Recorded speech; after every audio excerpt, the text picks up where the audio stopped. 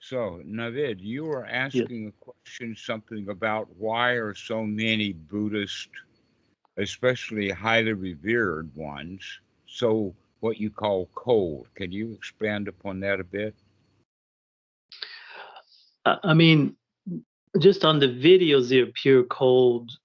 I just don't see a smile on their face, and they never seem to speak about happiness as you do at first. You just came up with it like that was one of the most important things. Uh, but also, as an experience, I met a monk once because I got my degree late in life, and I went to college, and I saw this guy, and I kept wanting to talk to him, and he absolutely did not want to have anything to do with me or anybody else. But he was just there. He was always going to the library, coming out. I would always cross paths with him. I would always say hi to him. He would never even, like, after a while, he realized I was there from the corner of his eye. So he would kind of avoid me. And, I don't know what his life was. I mean, he was doing his own thing, but it just kind of reinforced the coldness of it. And I thought, what? Maybe I'm just not looking at these guys. Maybe they're happy, but they're not showing it the way I'm expecting. Um, Let me explain it to you in this way. Mm. There is a duality in the human, um, and that duality is expressed in many different ways. You've heard yin and yang, Yes.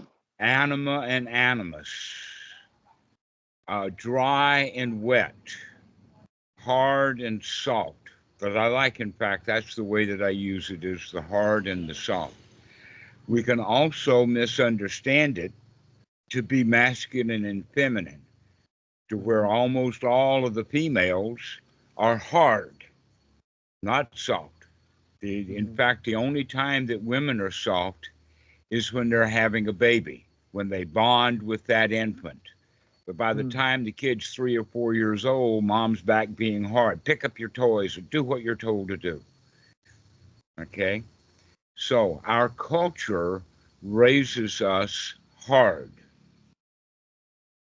You got to get up in the morning. You got to work to eat. You got to do what you're told to do. Okay? Now, when one goes on a spiritual journey, they bring that along with them. And so they now follow a new set of rules. And one of the set of rules that they have is equanimity or aloofness, not involved with the world, not engaged in the world. And they do that in a really hard way because that's their training. Okay? That not having a smile. But that's not the way of what the Buddha taught. In fact, the teaching of the Buddha is trying to get people to move out of the hard into the soft. That in fact, even in India, they talk about it in the sense that there are two paths, the hard path and the soft path. Now, the Mhm. hard path is the development of certain kinds of skills that are actually needed in the soft path. And that many people who are too soft or soft too early, they don't develop the skills that they need. So they wind up being ineffective and they still stay a loser Mhm. because we have to move out of being a loser in our mind state into being a winner. Mhm. Or another way of talking about it is coming from a victim instead of a bottom dog, we have to go through the phase of being a top dog before we come to the third phase of no battle. You're not a top dog, you're not a bottom dog, that you're even higher than the top dog because you don't even bother fighting with the top dogs. Mhm. Okay, so this is what I mean by a real winner, and you've heard this before in the sense of quiet strength. That people Quiet who strength. are really, really strong don't bother to prove how strong they are. It's only the weaklings who are trying to prove how strong they Mhm. are. Right, right. Okay, so a bully is actually still mentally a victim. Right, right. Okay, We are born victims. You Mhm. can't move your hands correctly. You can't walk around. You can't even walk. Never mind ride a horse and shoot bows and shoot arrows at a high speed at a great distance and hit the target. You can't do that when you're a baby. We Wow. start off as an infant. We start off helpless, and we gain over the years. We gain that mentality of being helpless, and we wind up being then helpless around adults. They're big people. Their furniture is too big for us. We have to hold mommy's hand when we cross the street. And then a Mhm. couple of years later, we wind up being, you got to go to school. You got to learn your ABCs, pick up your toys, clean your room. And so we remain in that state of victimhood, and we stay in that state of victimhood all throughout life. Even the elderly remain victims. That's why you find so many old people in churches and synagogues and places of worship, is because they are still victims of some god. Mm. They're That's very still interesting. I trying to had never suck heard up. this before. You're the first one who had told me. I mean, I've heard this from you from another video, but I had never heard this before. That's amazing. Yeah, nobody grows up. Now, in some Right. cultures, in the old days, there was something called a rite of passage. Mm-hmm. Yeah. All right. And that rite of passage in the very, very early days was when the little boy no longer was a gatherer staying with his mommy and the other kids and the other women, but Mm-hmm. he went out hunting with the big Yeah. boys. This happened at about the age of 6. For some reason, the age of 6 has been an important age throughout history. Mm. Okay, that in fact, 6 year olds are often used in India as waiters. I have been in one restaurant to where the old man was asleep and didn't get bothered, and everybody else who worked in that restaurant was under the age of 7. Wow. And they ran the place. They cooked the food. They delivered the grocery, or they delivered the food on the table. They wiped the table. They cleaned the table. They did the dishes. They collected the money. They did 100% of the work as Mm. a 6 year old. I Now, have a 6-year-old. I'm not in favor of child labor, Yeah. but what I'm saying is that at that age we're capable of doing a lot of stuff if we were allowed to do it. But instead we got to go by the plan we are told to do. And so that whole idea of a rite of passage. Now let me give you 2 examples of that. One of them is, and that I know most about the Tuscarora reservation on the Indians on the Tuscarora because I spent quite a lot of time there. But I was Mm-hmm. born in Oklahoma, and I have Native American blood. Okay, so this is part of my own past, and so I know quite a lot about this. And then some of the tribes would Mm-hmm. take a young buck at various ages. It wasn't always that he had to be 17. In fact, they didn't have calendars and they didn't count. But when a guy was ready to do it, they would send him out into the wilderness with nothing but a few things like a knife, maybe a bow and an arrow. And he had to stay out there for at least a full moon, 30 Mm-hmm. days. If he came back early, he was a complete failure. He was a girl. If he didn't come back, it's because he got killed, and well, that happens. All right. Right. But if he can make it on his own for 30 days, that's a rite of passage. He grew up because he was on his own. Mm-hmm. All right. Another example of that, it's been watered down over time, but that was all the idea of the bar mitzvah in the Jewish system, Right. Right. where the kid had to learn how to be a man, and then they had a ceremony to congratulate him and to put him as a man. And they're typically done about the age of 12. Yeah. All right. So in They have our that in Western, Africa too.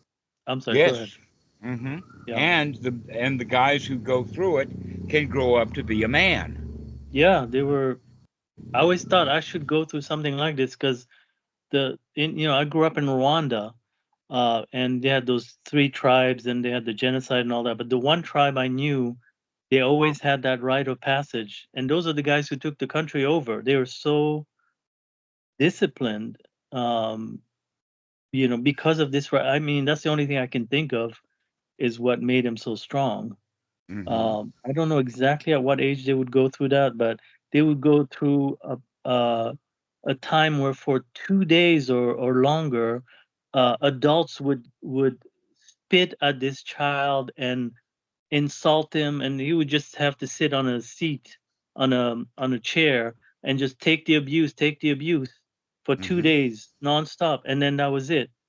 And I would see the difference. Like this is a totally different person now. It really showed that something happened, and I didn't know what Mm-hmm. it was, but now I see that it's that rite of passage. Right. Okay. So we have now substitute rites of passage. I would go so far as to say that it's a substitute. It's not a real rite of passage.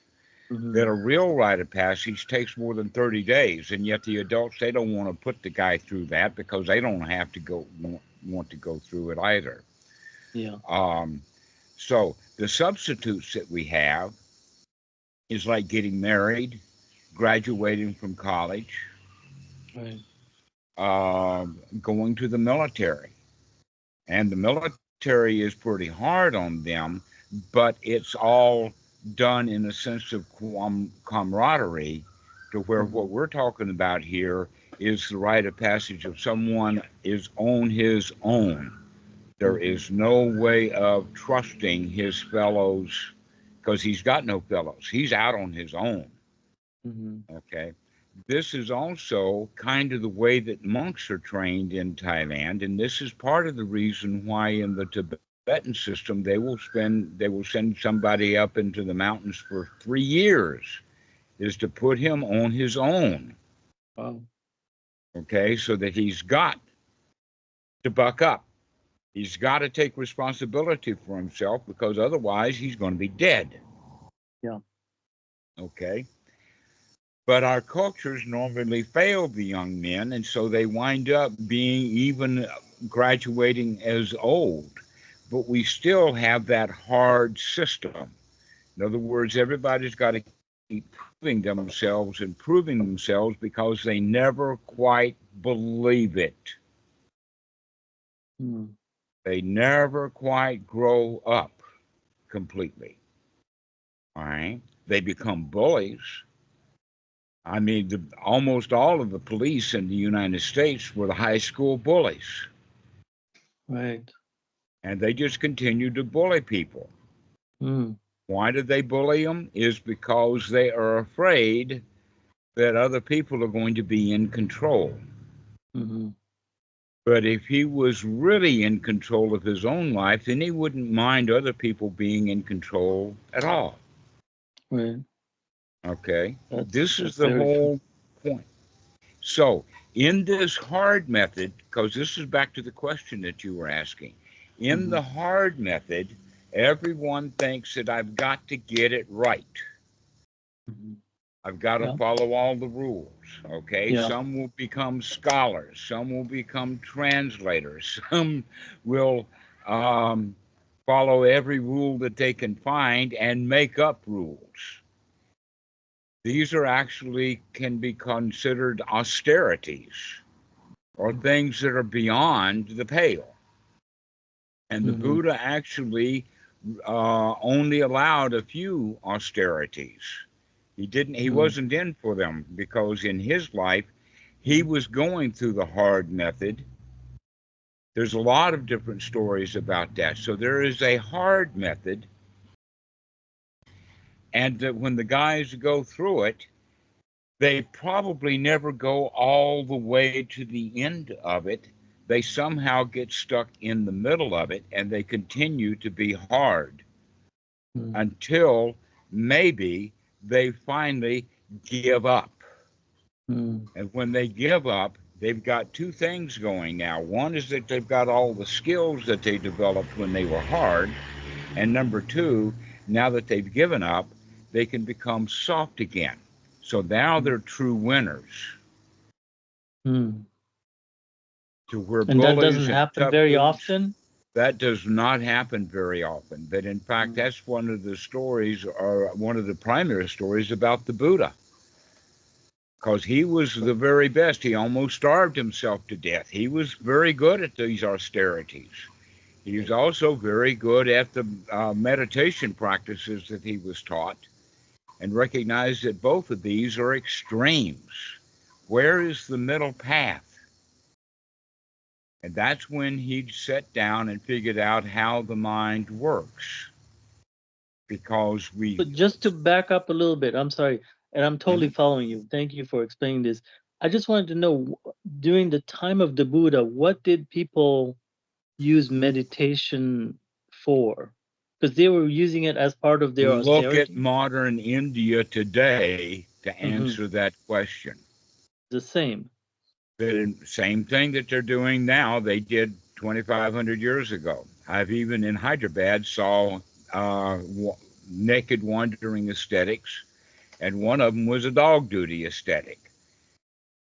What does that mean? It means that he doesn't eat food off of a plate unless the plate's on the ground. Oh, like the He agoras hobbles or around something? on all fours, acts like a dog, pisses and defecates in public, goes Yeah, around naked. I heard of these people. Mm-hmm. That's pretty hard, isn't it? I've Yeah. also seen photos of not photos, but videos of people who are climbing a mountain by the following method: that while they're standing, then they lay down a full body's length, come up on their knees, get up again, and then stand up, and then lay down again. So it's about a half of a human body length every time that they stand up and lay back down on the ground, and they do that in prostrations all the way up the mountain. Very, Wow. very hard stuff. Yeah. Okay. There, an example that's kind of interesting is that both the Zen and some Westerners who are in Thailand want to eat their food very fast. You know, just gobble, gobble, gobble, don't pay any attention to it. To where Hmm. that was not what the Buddha taught. The Buddha taught to be slow, to reflect, to Hmm. watch what's going on in your mouth, and don't take another bite until after you have completely cleaned out your mouth. Not even a Really? grain of rice left. And then Hmm. you take the next bite, which means that it may take you an hour to where ordinarily it'd take 10 minutes to eat. Right. But these high speed guys, they want to do it in a minute. In fact, it's almost a competition that Yeah. the student has to finish before the teacher finishes. Okay. You can see the hardness in this. I've got to get it done. I've got to get enlightened. Hmm. Now they Yes. do develop some skills in doing this. That in fact, this is what in the West the Mahasi method does. These guys will get really intense in their meditation. This is why they wind up in fear, misery, anguish, despair, that is often referred to wrongly as a dark night of the soul. Mm. Okay, and the soft method has none of that. The soft method is just give up. Just keep giving up. Stop doing the hard way. And so some of the most famous monks were the ones who were doing it hard. Their whole life story is about doing it hard, but when they're an old man, they finally give up. And that's when they're highly revered. And so then the Mm. Westerners will say, oh, this guy is so highly revered, he's given up. Let me know what he did. Well, he did for years wrong. Mm. The same thing was with the Buddha. So he's a clear example of do what the Buddha says to do, not what the Buddha did, because the Buddha was on the wrong path up until the last minute, and then he changed from the hard to the Yeah. soft. Okay, I see. so what you're calling cold is the guys who are practicing hard. They're trying to get all the rules. They even make up new rules to follow. Off a little bit. Rather than I'm sorry, just Dhammarato. Can you say that one more time? I missed a little bit of the, like about 30 seconds ago. Your okay. voice So dropped. right, you mentioned Yeah. the word cold, and I'm talking about it in the sense of hard. And Yeah. one can go for the hard for a long time until they recognize that that's wrong. But Okay. most people will not admit that what they're doing is wrong. They don't finally give up. This is why it's good to study the story of Eckhart Tolle. He's one of the very, very few people on the planet Earth who was so unhappy and so miserable and worked so hard that he just gave up and spent about Yeah. 2 years doing nothing, sitting on a park bench in London on the Thames. Yeah. Yeah, it's a fascinating story.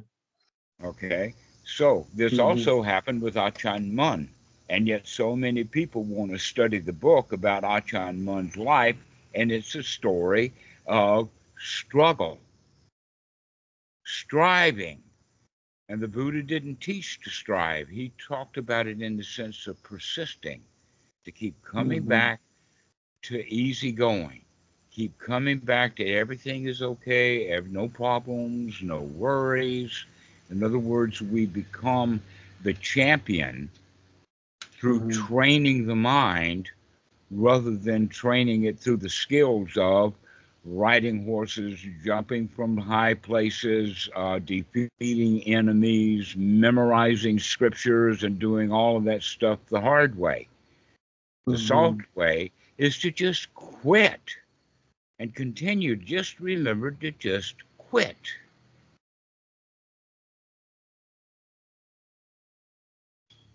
You have to keep telling us that because we keep missing the post. I mean, let's just talk about me. You know, Mhm. like the mind just takes you somewhere. What is it that makes it so Out hard to of keep it habit, out of okay? habit? Because we were taught wrongly over and over and over and over and over again. Because Mhm. our parents were critical of us, we learned to be critical of us.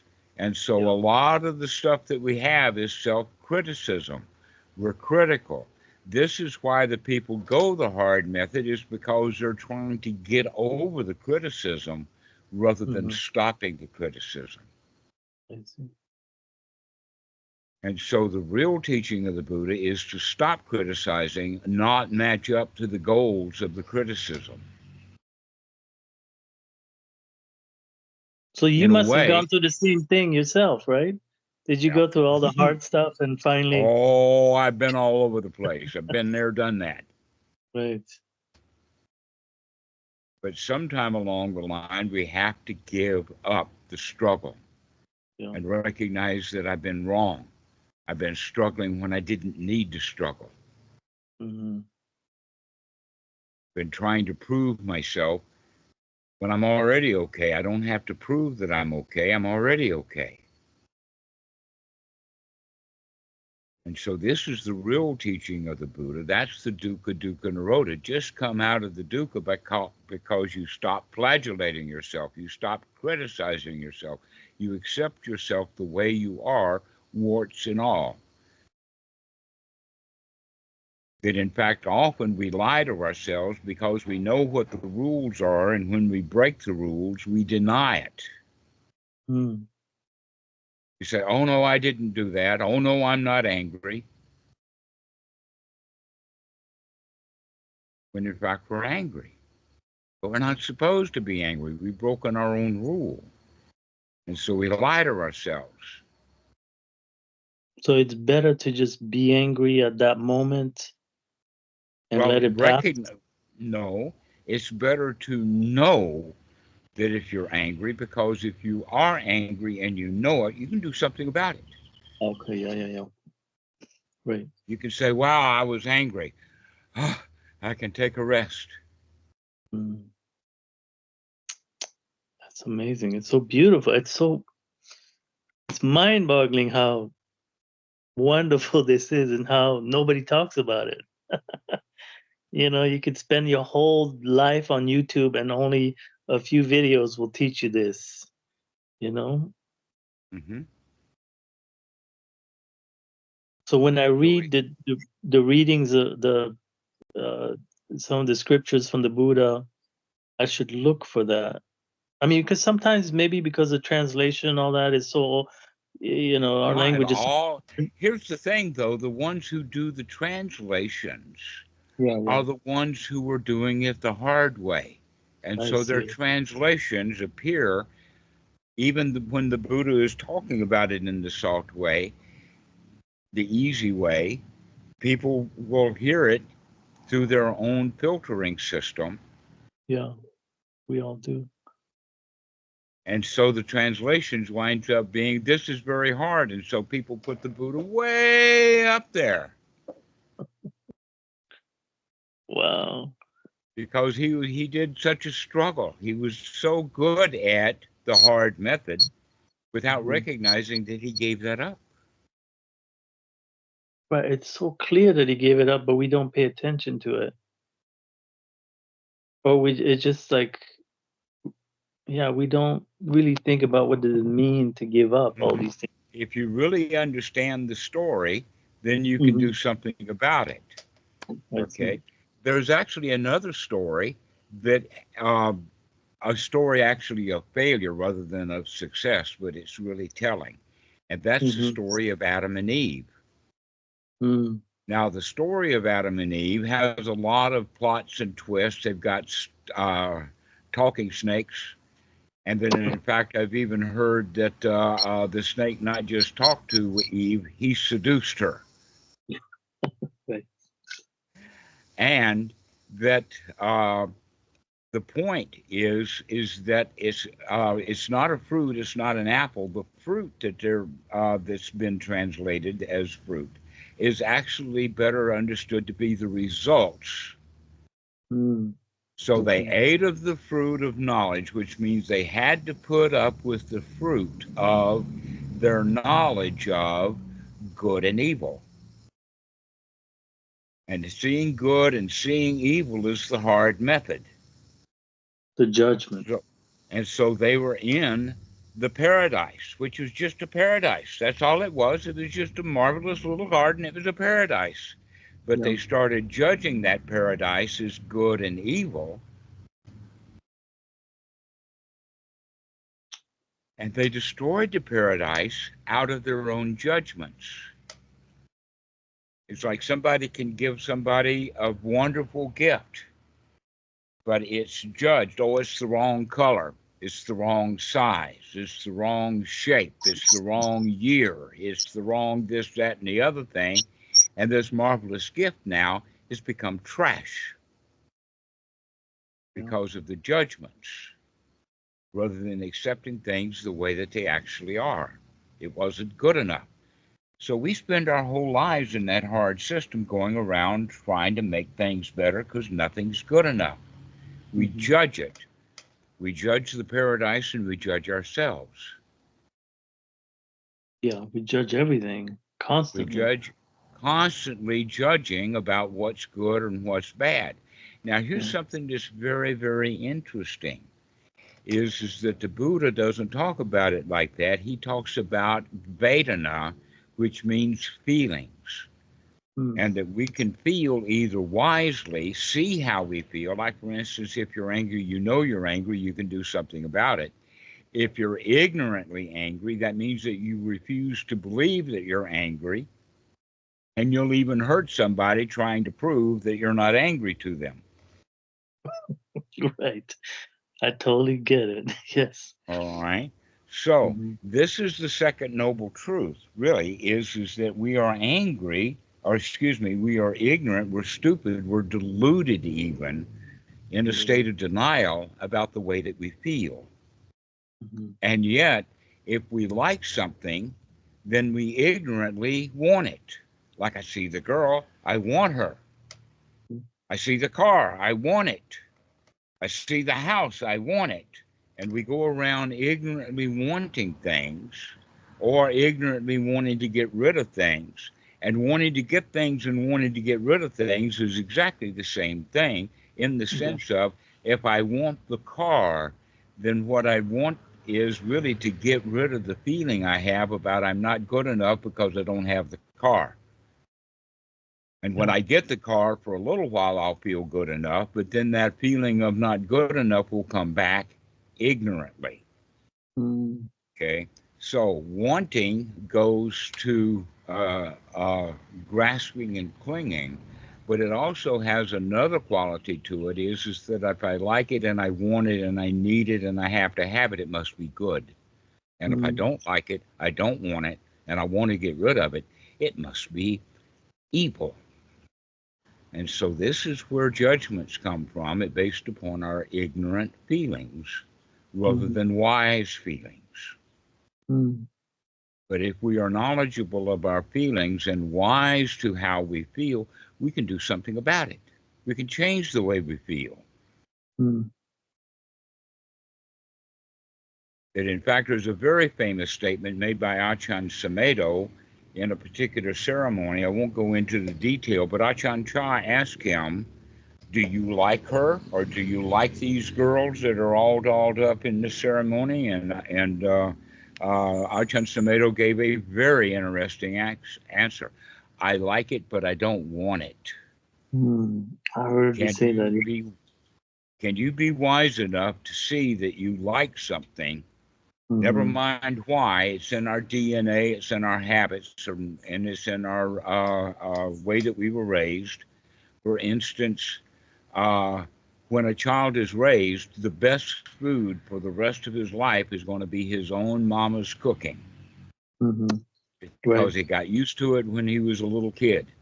And this is Exactly. why people, when they travel, like to Mexico, they'll get Montezuma's revenge, because the food doesn't agree with them. Right. Actually, they don't agree with the food. Mm-hmm. Right. Okay, so uh, this we get into these habits that determine what we like and we don't like, rather than doing the liking and not liking wisely. We make it into a habit, So to and do it so wisely, you have to really pay attention when you're making that you have decision. you have to pay attention how you made the decision. You have to pay attention all along of how Mm-hmm. you got there, How you got there. how you got there. Okay. Mm. And so this is the teaching of the Buddha in the form of what is referred to as paticca samuppada, or dependent origination. That we our feelings occur because of what we made up, not reality. Mm. For instance, if we see a girl walking down the street, Mm-hmm. how she's dressed and what makeup and a whole lot of other things determine whether I like her or not, based upon all of my old stored information. All the preferences you got over the Hmm. years, the things you Right. decided were good versus bad. Hmm. An example of that is when in 1860, the Mm-hmm. young boy, the 15 or 16-year-old boy, gets all excited because he saw a girl's ankle, because I that's all remember. he got. Okay. Well, Yeah. you can see how that works in with burqas. Burqas, in fact, don't help Right. to hide anything, because it's all in the boy's imagination anyway. That, in fact, women would probably be less, there would be less rape, there would be Yeah. less harassment, that women would be more equal if every human being ran around naked. You could Mm. really see what she Right. was as she is, rather than Mm. what you're making up by mentally taking her clothes off. Right. All right. You So got a point. Yeah. living in reality is what this is all about. Now, people who are doing the hard method are making up a reality that things are hard, where Mm. in fact things are really easy when we stop working at it. Reality is very easy, but we make it hard. We create the hardness. Mm-hmm. And when we give up, that means that we give up the effort, we give up the work, Yeah. and allow things to be as they are. Easy peasy, everything's okay, not a problem, not a worry in the world, but we make up our problems. We make up our worries. We were taught to do that. We were taught in our society to see everything as broken and needs to be fixed. Yeah. Everything is judged. Everything. Yeah. And so when we worry about, especially like procrastination, we worry so much. I do.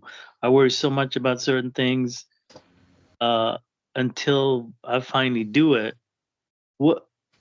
So I But mean, I you've don't done know. it 10,000 times by thinking about it. You keep Yeah, doing it and doing it and doing it and doing it and are dissatisfied. And then you actually do it physically and you become relieved. completely. Yeah.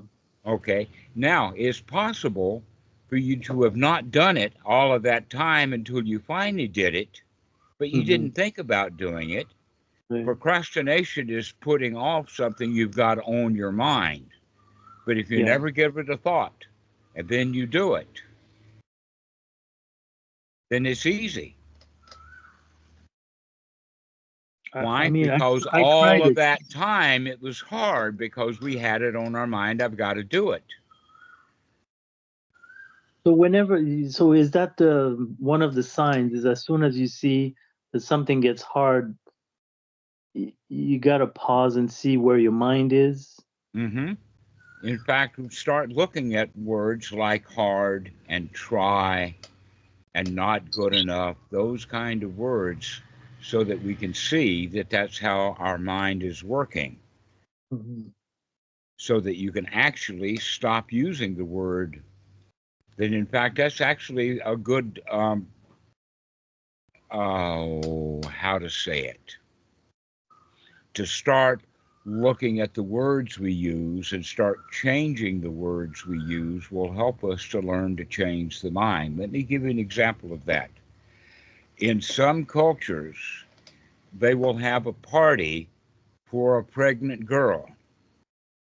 It's Mm-hmm. called a baby shower. She hasn't gotten her. Have you ever heard of the term baby shower?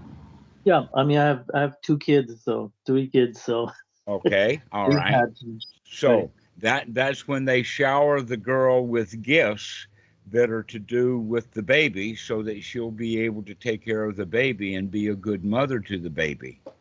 But Right. we don't ever have a shower for a 6-year-old. Mm. We only have it for a new infant. Okay. So one of the traditions in some cultures in this baby shower, they play a game. Mm. And the game is that all the women are chatting and talking about all kinds of various things associated with the baby, but it is the rule of the game. You cannot say the word baby. You Mm. have to avoid that word in this baby shower. Mm. All right. And if some woman does get off and talking and then she forgets what she's saying and she uses the word baby, everybody's listening. Aha, we caught you. Okay. And it's a great big game and everybody's having fun. And this was pointed out to me. And then I Mm. began to understand we should have a whole long list of words that we're going to avoid, that we don't use these words anymore. Mm. And we can put words on our don't say this word list, like try, because trying means that you're a failure generally.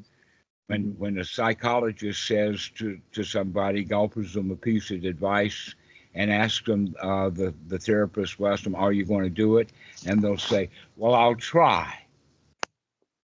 That's a guarantee that they're going to fail, but they don't want to say, I will not do it or I'll fail at it. They'll say, I'll try. Right. That's a lie. So be careful about the word try, because it's almost always an excuse for failure in the name of success. I'll try it Mm-hmm. when in fact you're not trying it. It's not a real trial. It's not a real education or an event or a skill development, it's Mm-hmm. the attitude of failing at it. All right. Using the word hard. Be careful about how you use the word hard. Now, I've been using the word hard only in the sense of how people work hard. But in my own mind, nothing is hard. It's all easy. It may So take time to do it. If so I'm these words, unwise, then that's hard. yeah. Wisdom, everything is easy. Stupidity makes it hard. For instance, breaking into somebody's house is because you don't have you're ignorant of the key, so it's hard to break into some houses.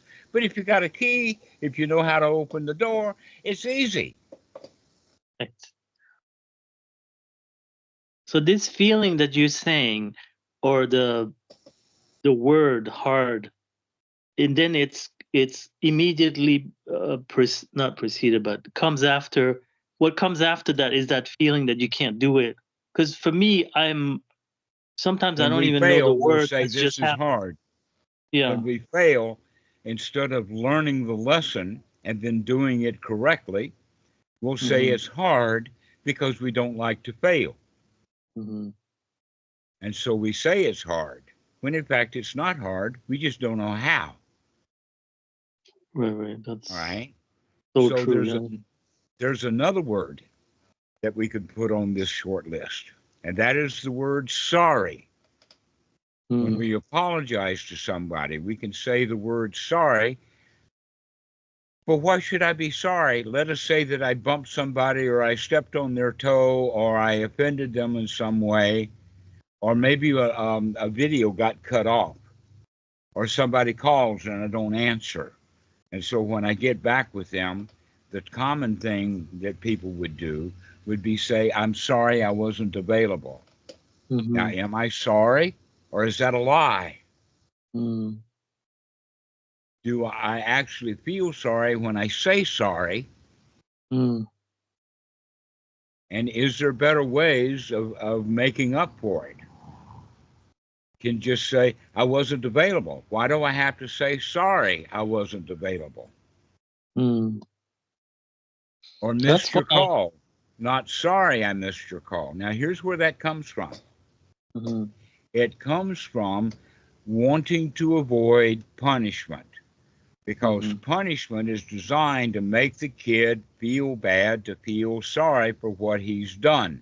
So if Mm. we say sorry in advance, that takes the power away from the punisher, because he's already gotten what he was intending to do, was to make you sorry. That in fact, in Thai language, they have a similar word that they would use for sorry. It actually translates in many of the dictionaries, but the word is in fact katut. And what the word actually means, tut is a butt, and ko in this regard means do it, kick me in the butt, beat my ass. Oh, wow. Okay, so this is how we mean sorry. It means I'm trying to avoid you kicking me in the ass, so I say I'm sorry. Oh. So we don't have to be sorry. We could just explain. We could say, I apologize, Mm. but don't say the word sorry unless you actually mean it. Is there real sorrow? It's possible that I would miss a call and feel real sorrow because I didn't talk to the guy that I wanted to talk to. And now I Mm. don't see him for a long time. And so the Mm-hmm. sorrow lingers and continues until I catch it and say, aha, I'm not sorry that I missed that call. Or I missed that call yesterday. Why am I sorry today? It's because I remember it, and then I Mm. feel sorry. Mm. All right. Now, if we really want to go for it, one of the items we can put on that list is the words of I, me, and mine, Mm. so that we avoid saying things like, listen to me, and just say, listen. Mm. And the only time that we use I, me, and mine is to make sure that they understand that, in fact, in Thai language, the I, me, and mine is almost never used. Here's an example: is Pai Tiao means to go out. So in English, we'd say, "Are you going out?" And Mm-hmm. in Thai, they will just say Pai Tiao because we know who's going out. Mm. All right. Or Pai Tiao means I'm going out. But if I'm preparing to go out, then I say Pai Tiao. I don't have to say I'm going out. And so Mm. in Thai language, they don't use pronouns very much unless it's absolutely needed in order to clarify. And yet, Mm. English language is one of the most common words: I, Yeah. me, you, they, etc., like that. So, can you learn when I say can you? Is it possible to not use those words by being careful of the language that's being used? And by Putting using those words, what does that do? Like it it affects your it ego. opens your mind about what ego that is there. Mm-hmm. Because I really use that word a lot. So Er, Many people do yeah. mindlessly, and remember that we're now training the mind around Mm-hmm. certain words. Don't use that word, or when you do use it, know that you've used it. Know that you use it. Yes. Like, for instance, I've done that twice in the last sentence, and when I say I've done it twice, I hear that. Mm-hmm. Listen to what is being said, Mm-hmm. because if you can listen to what's being said, then you can also begin to see and hear what the thoughts are behind it. Mm-hmm. Yeah, I believe that. So how do you listen? You're there Mhm. completely, 100%. Listening to the words that are used, Mm-hmm. rather than I'm listening to the words I use, just listening to the words being used. And take the I, me, and mine out of it. Take the yous out of it. You know, when you were mentioning, at some other sangha about your own pile of shit, we're usually not aware of how much shit our pile has. Because sometimes I'm This will help sometimes. for Hmm. to see what crap there is. Hmm. Now, are there some that are so obvious that those who are not Buddhists have no idea about that you can tell us about? Because I feel like sometimes, ever since I've been listening to your talks, I see that, sometimes you said you were happy to be on top of our pile of shit, and we don't even want to, like, we're happy to be unhappy, basically. Hmm. Um, and so, what is it that, like, how deep? When I listen to some of your other one-on-ones, I can kind of see it in the other person where they're completely oblivious. And so, I'm sure I have that, but how do you break that? How do you become aware of how much of Practice, this is just practice? practice over and over and over again to practice listening to the thoughts. Practice knowing how you feel. Practice looking. Practice listening. Mm. Yeah. Develop the skill of listening. Develop the skill of looking, because the automatic system is going to go the hard way, Hmm. making dukkha rather than the soft way. And so, waking up to the language we use, waking up to the vocabulary that we choose over and over and over again to where it becomes um, subconscious, unconscious. So making that language conscious, listening to the words that are being used. And so that's basically where meditation's at. I mean, that's Every what. moment. You see, many people have the idea that meditation has a lot of special stuff to it, like a Mhm. special time, a special place, a meditation hall, a Mhm. cushion, an altar, particular incense, or maybe a pair of smelly socks, a photo of a guru or a Buddha Rupa or a candelabra or an altar. All of this kind of stuff is what people have in their mind of meditation, outside things. They even Mhm. have the idea of a squatting posture. But the Buddha talked about all four postures: Mhm. sitting, standing, walking, and lying down. Mhm. Whatever posture you're in, remember to look at the language that you're either saying with your mouth or concocting in the mind. Mhm. Every moment you have the opportunity. Every moment, everybody has the opportunity to listen to what they're thinking, Mhm. because our thoughts is what makes us feel. And we're in the habit of thinking about doing something. You mentioned procrastination.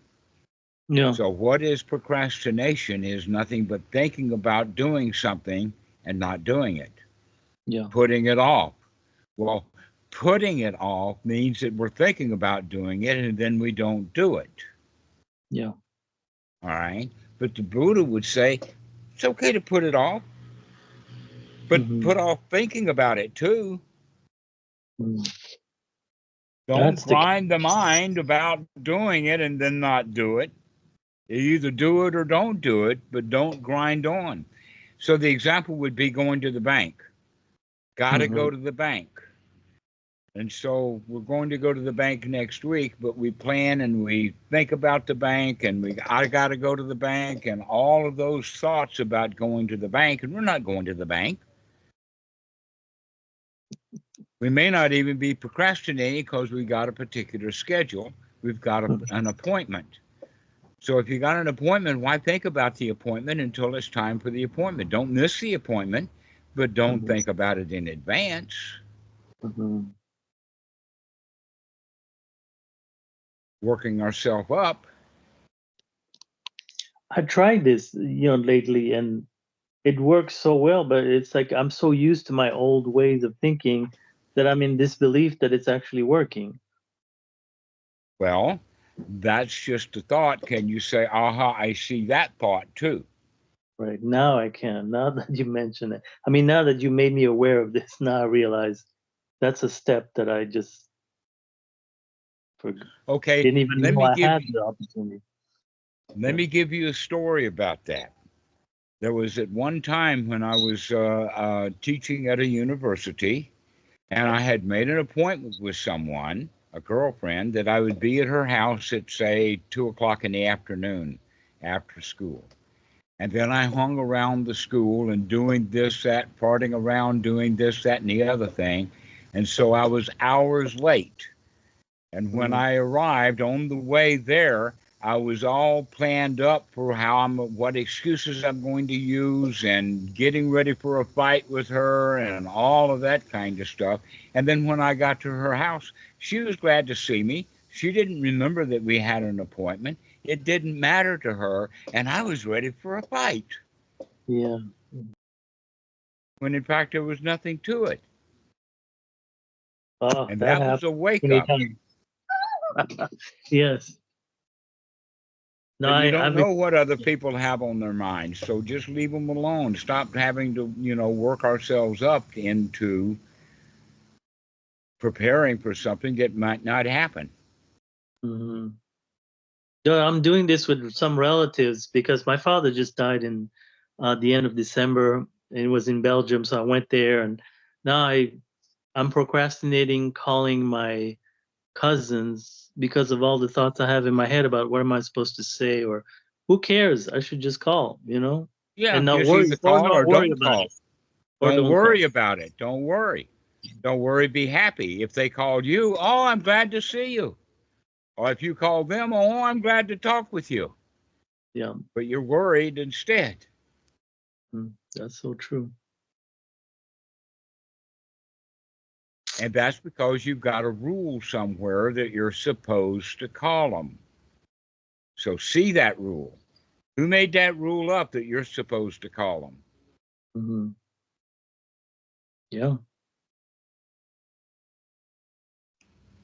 And that's how you break it made it down. up. You made up that rule. Absolutely. Or I accepted or wherever it came from and I just made it my own. Mm-hmm. You learned that rule from somewhere else. Yeah. Maybe when somebody years ago died and your family then was all uptight about calling all of the family members around. Mm-hmm. In the really old days, we'd have to get in our horse and buggy and go all the way across the county to tell somebody that their sister died. And now we're procrastinating giving them a telephone call. Isn't life crazy? I mean, well, like you said, our lives are so great. Even if you just look at the history, we live such great lives now, but we don't see any of that. And we destroy our paradise by judging it. Yeah. Okay, I'm going to go back to one thing you said because I have a Native American boy that I've adopted. Love him completely. He's 6 right now. And since you mentioned the age of 6, I'm thinking, is there some things that I should do? Yes. That would be good to do. Play with him. Let him do what he wants to do. Join him in what he's doing rather than you think you've got to teach him how to do it. I see. Okay, the example of that would be if you want him to clean his room, instead of telling him to clean his room, because daddy wants it cleaned, not the boy, what you can do is get a big bag, a grocery bag or something, and say, let's play basketball. You can wad up your clothes and throw them in the basket, and I'll hold the basket to see if I can make you miss the basket. I see. Yeah. Okay, and so make everything a pleasure, everything a game for the 6-year-old. Allow him to enjoy his life. Fantastic. Yes. I totally see that. Yeah. Because 6-year-old, that's the time when we tell him you got to go to school. Yeah. So you can ask him, do you like going to school? Foster him wanting to go to school. If he wants to go to school and likes going to school, then he will get good value out of it. That in fact, there are some, let us say, stories about some kids are really brilliant. They're like young Sheldon, and there's a one, what do they call it? The Big Bang Theory, where you've got a couple of guys who were going to college when they were 11. It's not that they're brilliant and that they're smart. It's that they like to learn. And most kids are taught to hate school, to hate learning. Yes. Well, I'm lucky you love school. So those kids that are considered prodigies is only because they like what they're doing. The same thing is true with people like Mozart. You know that Mozart traveled with his dad, took him to every court at every kingdom all over Europe before he was 10 years old. Why was that? It's because when he was 3 years old, he liked to play the piano. He liked to compose. He liked what he was doing because his parents were good musicians. And they showed him, and he liked what they were doing, so he liked to do it. So make sure that your 6-year-old likes what he's doing. He'll become brilliant at it. Yes, I believe that. A good one. And if he doesn't like what he's told to do, he won't be good at it. Yeah. That's the truth. So when he's got homework, do the homework with him. Mm-hmm. Yeah, yeah. No, that's exactly what I've. Make it fun. Yeah, the make fun part. Yes, that's Make really it fun big. for him. Yeah. Uh-oh, my daughter's coming in. What do you meet Dhammarato? Oh, say hi, Dhammarato. Hey, That's hi. my daughter. Hi, baby. You need to go bathroom? Yes. Okay, I am so. Okay, I'll All come. right. Go. Well, Be let's there go soon. ahead and finish this call. You can call me again. Okay. I've It's enjoyed been our a real conversation. pleasure. It's been a real pleasure. Thank you, and I will follow as much of it. But the practice, is there a book that I should read just for a little? Yes, absolutely. I recommend the book called Navid. It's between your ears. You got it. You're the best, Dhammarato. Thank you. All right. We'll see you. Thank you so much.